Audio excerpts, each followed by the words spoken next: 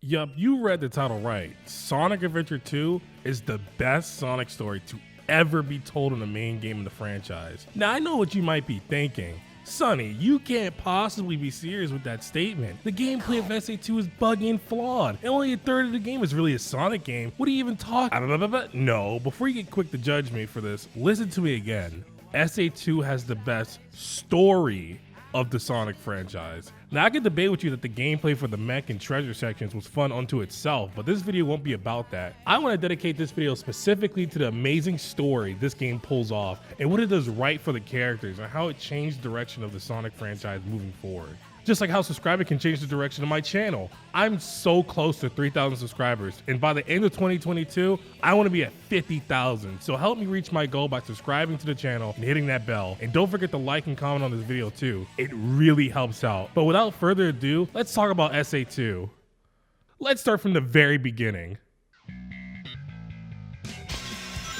Attention all units. Suspect seen heading south. Block all major roads and capture the suspect. No. Before that, before you even select the story you want to play, imagine this. You're back to being a kid on your first day of having Sonic Adventure 2, and you go to start playing it, but you see in front of you two different options. On the left, we have familiar faces we've seen before. Sonic, Tails, and Knuckles, with the word hero under it. Clearly the good guys of the story, right? But on the right, you have Eggman, and he's with two new characters, a Sonic lookalike and a Batgirl. But the most interesting part of this duality is that instead of it being hero and villain stories, it's labeled as hero and dark. What a strange wording convention. Usually, Eggman is the villain of the story, so why not choose villain to describe him as opposed to dark? It's this kind of subtlety that makes the final story all the more satisfying and interesting when you get to it, because you don't feel like it comes out of left field. Everything throughout the story leads you to the final act. Everything from the story select menu to the world map to the cutscenes. Nothing is left to interpretation as developers poured their hearts and soul into this game to make everything purposeful and to add to the experience. And what an experience it'll be, since the writer for this game is the same for the previous Adventure game. Shiro Makakawa comes back to write the story for Adventure 2 and has improved his ability to create an interconnected, complex story that is as compelling as it is fun to play. From the seamless transitions from stage to cutscene to the flow of the stage, it really helps immerse you into the story of the game. It makes it so you can play through the entire story and feel satisfied and feel like your actions as a player actually brought you to the ending. It really is a shame that nowadays they don't bring Makakawa back for the newer games, since he has written for all the best Sonic games story-wise. SA2 of course, but also SA1, Heroes, Unleashed, and even Black Knight. He really has shown he's capable of making a great story and knows how the characters work. From Sonic to Eggman, all the characters in Sonic Adventure 2 have such rich personalities and have interesting chemistries with each other. Sonic and Tails have a brotherly bond, Sonic and Shadow being rivals that learn to respect each other and the abilities they have, Eggman with his grandfather and how he looked up to him, but in the end still chose to stop his plan to kill all life on Earth, Rouge and Knuckles having a flirtatious relationship, and even Tails and Eggman having a moment at the end of the story where they both reflect in the silence between talking as they look out the window of the space colony Ark. You can truly understand the pain in Eggman's voice as he talks about how he wanted to be like his grandfather. As a child, I looked up to my grandfather because of all the great things he accomplished in his life. He was my hero, and I wanted to be a great scientist like him.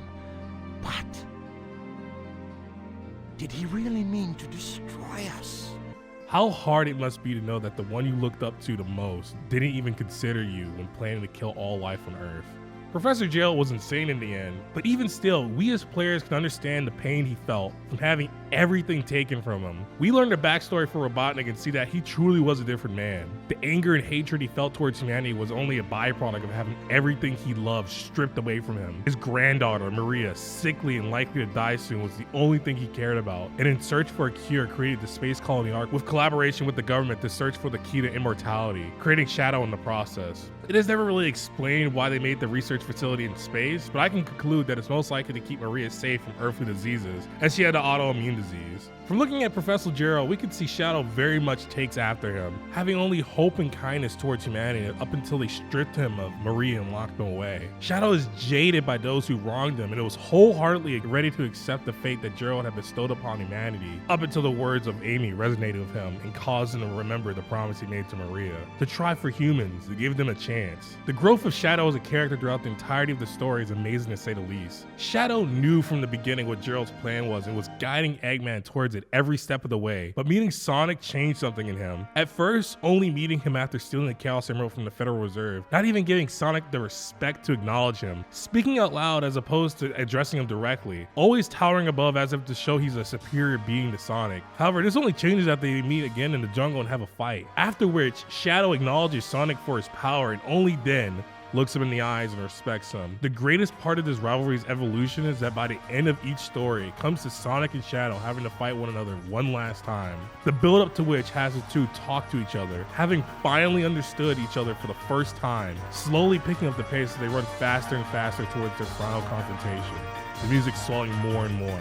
The game really knows how to set the stage. Literally every transition puts you in the shoes of the characters perfectly. From it being Sonic touching down on the downhill streets of a city after jumping from a helicopter, to Eggman breaking into the abandoned space colony arc. It really immerses you in the story greatly. There are so many little details all around, and the cutscenes and the dialogue just make it that much better. For example, we know Maria is important to the story even before she's properly introduced, just because Professor Gerald uses her as a password for all his works. Or even the fact that Sonic was locked in the same cell that they locked Gerald in on Prison Island, leading Amy to ask where all the writing on the wall came from. When there's this much care taken to ensure the player has an immersive experience, you know it's a great story. And all great stories have an amazing conclusion. After beating both Hero and Dark stories, we come to the last story where Gerald's plan comes into full effect, having his final message play on repeat for all the world to see as our main cast comes together to think of a plan. Even Eggman, who just previously had tried to kill Sonic, is in agreement that the fate of the world rests in their hands, and that it's up to them to stop the arc from crashing to Earth. This final act of the story is executed so masterfully,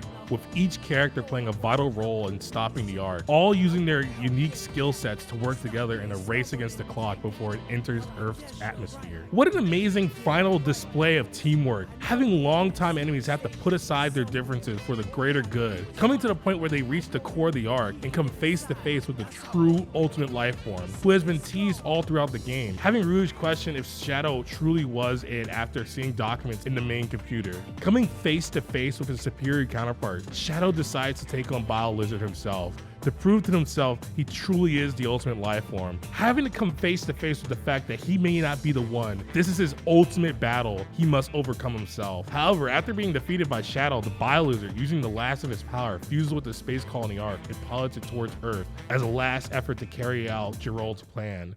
Together, Sonic and Shadow come together with the power of the Chaos Emerald to go super and fight in space to beat it one last time.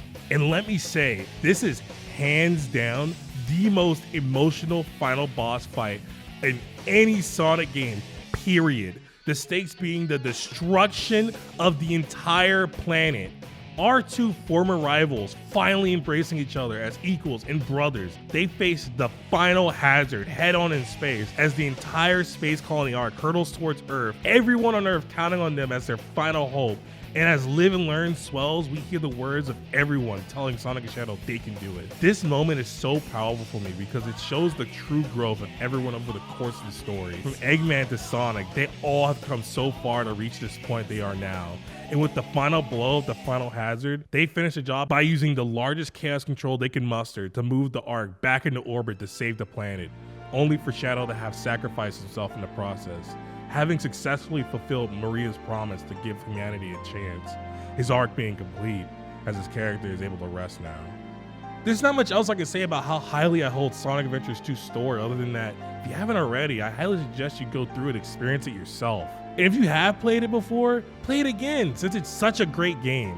I know it can be buggy at times, but it still holds a close place in my heart, and I stick to it being the best Sonic story ever told. If you like this video, please subscribe to the channel and hit the bell. If you want to discuss your favorite Sonic game, either leave a comment or join my Discord at discord.gg/Sonny. I've been Sonny, and I'll see you in the next video.